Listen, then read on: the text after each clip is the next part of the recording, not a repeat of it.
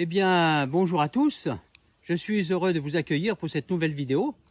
Et comme vous pouvez le constater, aujourd'hui je suis accompagné.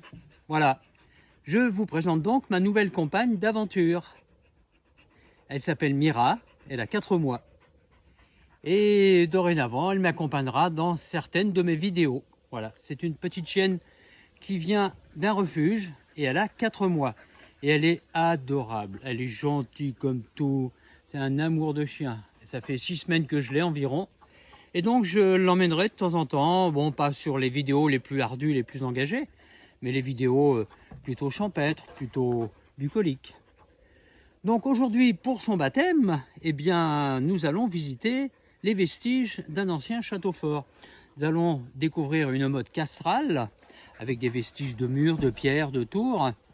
Et puis nous irons voir la basse-cour qui est juste à côté, qui est séparée de la motte castrale par un énorme fossé, vous verrez il est très profond. Et cette basse-cour aurait été un camp romain à une époque, car on a retrouvé sur cette basse-cour des monnaies romaines et des monnaies médiévales, ainsi que des restes d'armes sur la motte castrale. Tout au bout, sur le versant de l'ancien camp romain basse-cour, nous irons voir une fontaine miraculeuse. Et oui, une fontaine très ancienne, qui est mentionnée dès le Moyen-Âge, mais surtout répertoriée au XVIIIe, car on y a rajouté un lavoir. Vous voyez, c'est normal, elle a 4 mois, elle est fougueuse, elle ne tient pas en place, elle est pressée d'y aller pour sa première aventure. Voilà, nous irons donc voir cette fontaine qui daterait des Gaulois et des Romains. Donc ici, beaucoup d'histoire. Alors pour vous situer un petit peu, cette motte castrale est en fait un ancien îlot, car derrière la caméra, là, devant moi, vous avez un village. Nous sommes dans le sud Vendée, et l'océan autrefois venait aux portes de ce village. Ce village est sur une hauteur.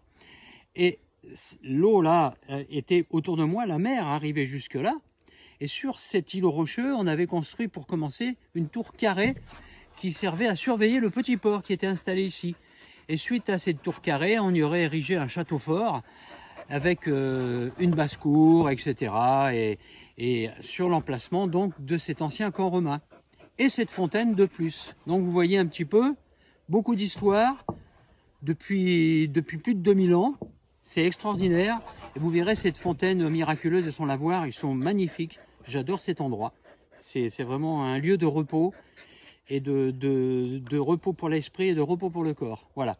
Bien, nous allons donc commencer cette visite pour son baptême, sa première aventure. C'est pour ça qu'elle ne tient pas en place. Elle pense qu'elle est pressée d'y aller. C'est normal.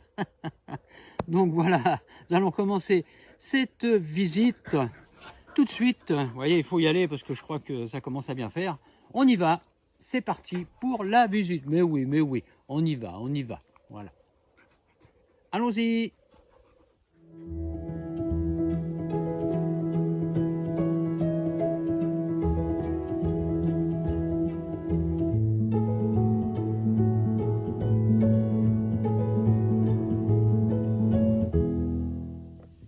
Donc là, devant moi, vous voyez là-bas, vous pouvez apercevoir les maisons du village qui sont sur une hauteur. Puisque c'était la côte, elles étaient sur les falaises. Donc le village devant nous, ben maintenant c'est un marais, mais c'était l'océan qui baignait ici. Et derrière moi, voilà, dans cette végétation, la motte féodale, le camp romain, la source, tout ça, derrière nous. Voilà, je vous fais un 360, hein. Vous voyez, j'ai accroché la pépette pour être tranquille. Voilà. Et donc, quand nous venons sur cette motte, nous descendons un chemin ici qui passe comme ça et qui nous amène au pied de la motte féodale qui était située sur son ancien îlot. Nous allons y aller de suite. Donc, voilà le chemin qui monte vers le haut de la motte féodale. Les fossés de part et d'autre, hein. D'ailleurs, je vais faire une petite chose. Nous allons commencer par les douves. Nous allons faire le tour des douves pour vous montrer un peu la profondeur de celle-ci. Voilà, on va aller par là donc. Voilà un chemin là qui mène en haut de la motte.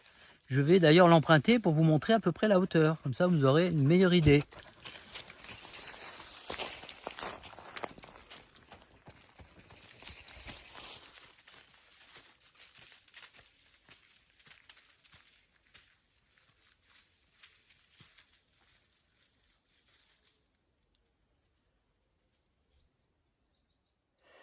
Voilà, je suis vraiment dans la douve, hein, entre la basse-cour et la motte. Et vous voyez un petit peu la hauteur quand même. Je vais vous faire une prise de vue contraire maintenant.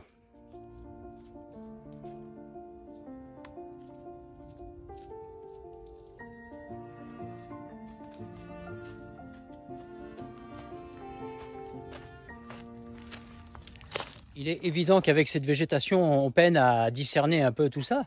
Mais devant moi, j'ai la motte féodale. Voilà, regardez bien. Le fossé donc qui sépare de la basse-cour. Et à gauche, les rebords de la basse-cour. Voilà, qui se trouve tout là-haut. Qui aurait été le premier camp romain. Nous avons devant nous, là, vous voyez, un vestige de mur. On l'aperçoit à peine, il est sous la végétation. Et derrière, là-bas aussi. Vestige de rempart. De toute façon, nous allons aller sur le sommet de cette motte féodale. Voilà, je vous présente là quelques vestiges de murs, hein, de fortifications, bon, qui ont l'air d'avoir été consolidés avec du ciment à une époque, parce que je pense que ça menaçait de s'écrouler. Nous empruntons quelques marches en bois qui ont été aménagées pour pouvoir accéder au site plus facilement. Bon, vous remarquerez que je tiens Mira en laisse, car comme elle est toute jeune, elle obéit, ça va, mais bon, je ne voudrais pas qu'elle se sauve dans cette végétation. Je ne voudrais pas la perdre, ce qui paraît bien compréhensible. C'est pour ça que je la tiens avec moi pour l'instant. Voilà, nous sommes sur le faîte de la motte féodale. Ici, il y avait une tour carrée ou semi-circulaire. En tout cas, à une époque, on voyait bien les murs. Maintenant, ils sont recouverts par la végétation. Voilà, vous avez devant moi, là, vous voyez là, devant. Ici, on aperçoit les bases de murs. Ça, c'est des bases de murs. Voilà, tout ça. Ça tourne un petit peu.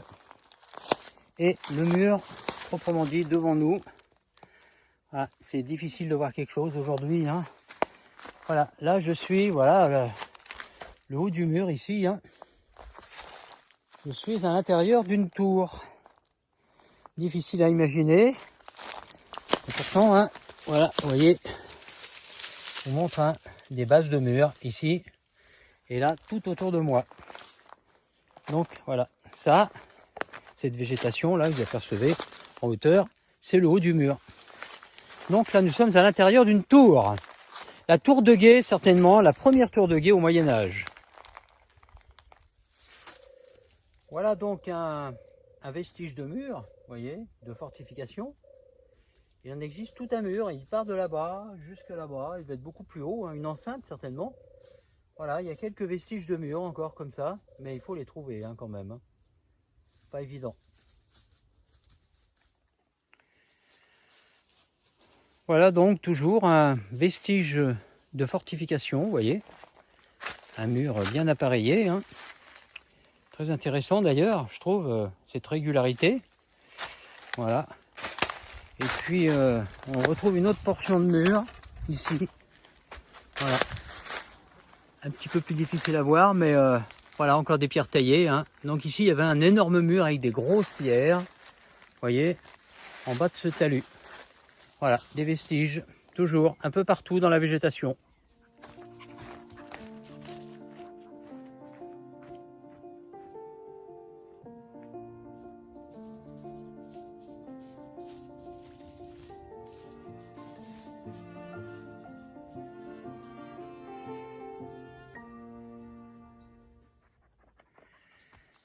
Donc une plateforme d'une immense taille, je ne sais pas, plusieurs centaines de mètres carrés.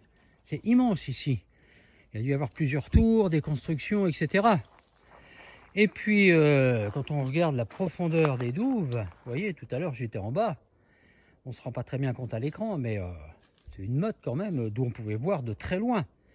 Formidable. Bien, nous allons donc descendre de cette motte féodale et aller doucement vers cette fameuse basse-cour, ancien camp romain, certainement. Donc voilà, nous avons franchi le fossé qui sépare les deux. Vous apercevez là-haut, eh bien là, le haut du camp romain, on voit bien le tertre, hein, en haut duquel il devait y avoir la palissade, et ce qui s'est transformé ensuite en basse-cour, vous voyez, et ça continue. Alors il y a un petit grillage autour, parce que de temps en temps, il y a du bétail qui vient paître. Donc voilà, mais il y a une ouverture là-bas.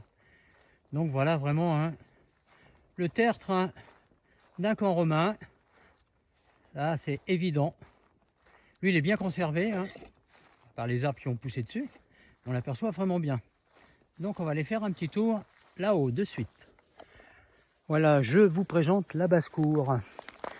Voilà, c'est un petit peu compliqué d'arriver jusque là parce que la végétation reprend toujours ses droits. Voilà, elle est quand même très vaste. Hein. Vous voyez, elle descendait en pente douce. Ici, il y avait un autre fossé en bas là qui longeait. Et tout au bout derrière, il y avait un énorme fossé qui contourne cette basse-cour. Alors la galerie souterraine est quelque part par là à droite. Je sais qu'on a fait quelques fouilles sommaires sur cette basse-cour. Et on y a trouvé donc des monnaies romaines, des monnaies ouais, de tout, hein, gauloises, romaines, médiévales. Non mais c'est riche en matériel, quoi. Des débris d'armes, là-haut, sur la motte. Donc, qu'attendent les archéologues? Je pense qu'il y en a tellement à faire que, voilà, ça peut rester comme ça des décennies. Je vais essayer de vous trouver la galerie souterraine.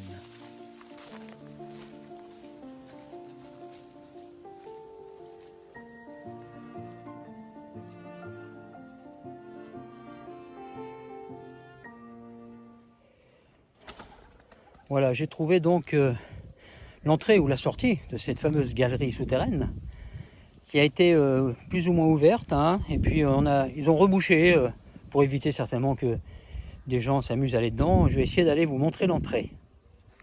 Voilà. Voilà, je suis à l'intérieur du trou. Donc on aperçoit un petit peu la voûte de cette galerie souterraine. Alors moi je vous assure, c'est une galerie souterraine. Hein, je l'ai vue dégagée aux 2/3.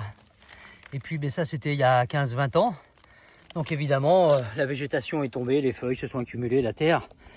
Mais ici, on a mis à jour une galerie souterraine, voilà, qui s'enfonçait dans les sous-sols de cette basse-cour. Alors, est-ce que c'est une sortie ou est-ce que c'est une entrée? Où allait-elle? Où débouchait-elle? Qu'y a-t-il là-dessous? Voilà, seulement des fouilles pourraient nous amener cette réponse, évidemment. Bien, nous allons retourner à l'extrémité. Un dernier petit coup d'œil à la galerie. Et on retourne à l'extrémité de cette basse-cour.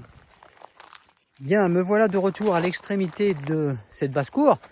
Je vais vous emmener voir maintenant par là-bas, vous allez voir, sur la gauche, le long du coteau, cette fontaine miraculeuse avec son lavoir, utilisée depuis des siècles. Tous les gens du village venaient ici pour y puiser de l'eau, pour y laver le linge, puisqu'il y a un lavoir. Et là aussi, nous avons une sorte de début de galerie souterraine qui part de la fontaine, mais qui a été obturée il y a longtemps. Voilà, nous allons y aller pour terminer la visite de ces lieux. Bien, nous arrivons tranquillement en vue de cette fontaine miraculeuse qui servait de lavoir aussi à une époque assez reculée tout de même. Voilà. Vous voyez, nous sommes sur le versant opposé au camp romain. Vous voyez, cet endroit est entretenu. Allez, je vais lâcher la pépette, tiens, comme ça, va pouvoir aller peut-être se désaltérer. Voilà. Donc, un endroit toujours entretenu par la ferveur populaire, par les gens du pays. Vous voyez, une petite allée, un banc pour s'asseoir. C'est un endroit magique. Regardez. Voilà.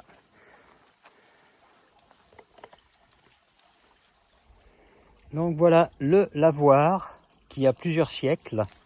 Je sais qu'au 18e, hein, déjà, il est mentionné les femmes du village qui viennent laver leur linge ici.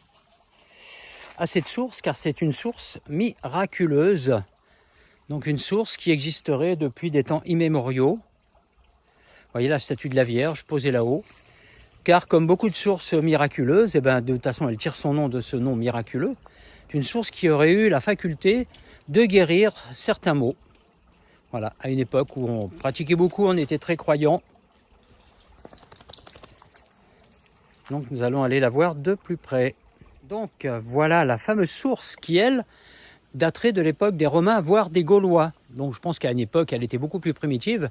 Bien sûr, elle a été aménagée au XVIIIe, maçonnée au XIXe. En 1900, 1910, 1920, il existe des cartes postales, je crois, qui la représentent. Et vous vous rendez compte, une source qui date des Romains, même des Gaulois.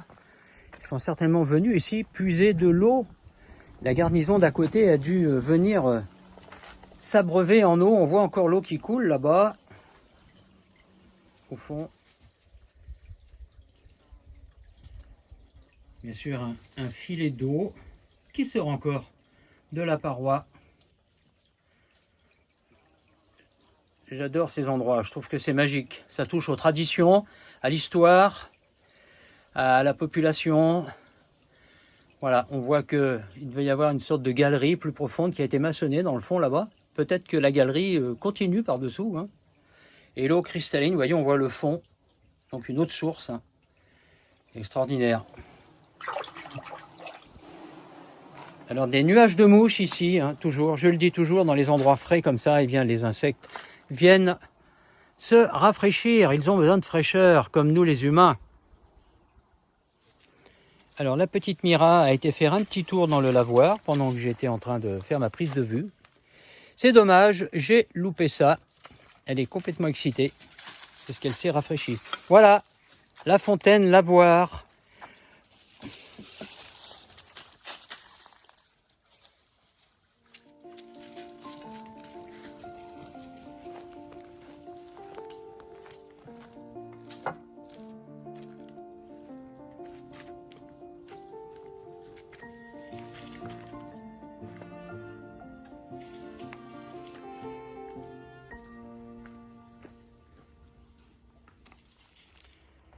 Alors voilà, nous allons repartir. Voilà. Et figurez-vous que le peu de temps que je suis resté ici, j'ai trouvé le moyen de me faire piquer par une abeille ou une guêpe qui est venue me piquer à l'épaule. Voilà. Bon, c'est supportable. Mais il y en avait beaucoup autour de l'eau, je pense qu'elles viennent boire. Et il y en a une plus agressive que les autres qui m'a piqué. Voilà. Bien. Nous allons donc continuer notre périple. Eh bien, de retour de la fontaine miraculeuse, nous allons nous asseoir là, ici un petit peu à l'ombre, hein, parce qu'il fait très très chaud. Voilà. Allez, on va se poser un petit peu. Voilà, c'est ici que s'achèvera cette petite visite. J'espère que celle-ci vous a plu. Vous avez vu pas mal de choses intéressantes, hein, une motte féodale quand même d'une vaste superficie, une basse-cour alors immense, défaussée d'une profondeur quand même incroyable, et puis cette fontaine miraculeuse qui remonte aux Gaulois, aux Romains, et qui a été entretenue jusqu'à nos jours. C'est extraordinaire, j'adore cet endroit. Donc c'est vrai que en ce qui concerne la motte, il faut faire un gros effort d'imagination pour y voir un château, des tours, des remparts, c'est pas évident, bien sûr, c'est normal. Pour ce qui est de la galerie souterraine, moi je l'ai vue beaucoup plus dégagée que ça il y a quelques années, et elle commence à disparaître tout doucement sous la végétation, hein, voilà. Mais voilà, je l'ai vue de mes propres yeux quand elle venait juste d'être dégagée.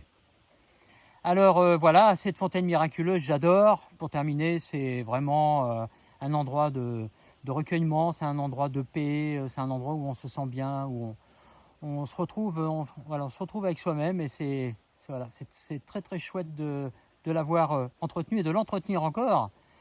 C'est un lieu de mémoire, voilà, et c'est formidable. Et d'ailleurs, vous avez pu apercevoir, comme je vous le disais tout à l'heure, cette source, une sorte de galerie qui devait s'enfoncer sous la terre, mais qui a été murée à une époque.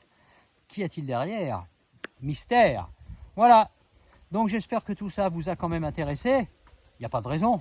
Moi, ça me passionne. Et de plus, c'était en pleine nature. Donc j'aime bien cet aspect aussi champêtre et bucolique. Aujourd'hui, il fait extrêmement chaud. Vous voyez, Mira n'en peut plus. Elle a beaucoup bu et de retour à la voiture, je pense qu'elle va encore boire. Voilà, donc je vous dis à très bientôt dans une prochaine vidéo, bien sûr. Et je vous dis d'ici là, hein, tout ce qu'on peut vous dire. Voilà, à très vite donc. Au revoir.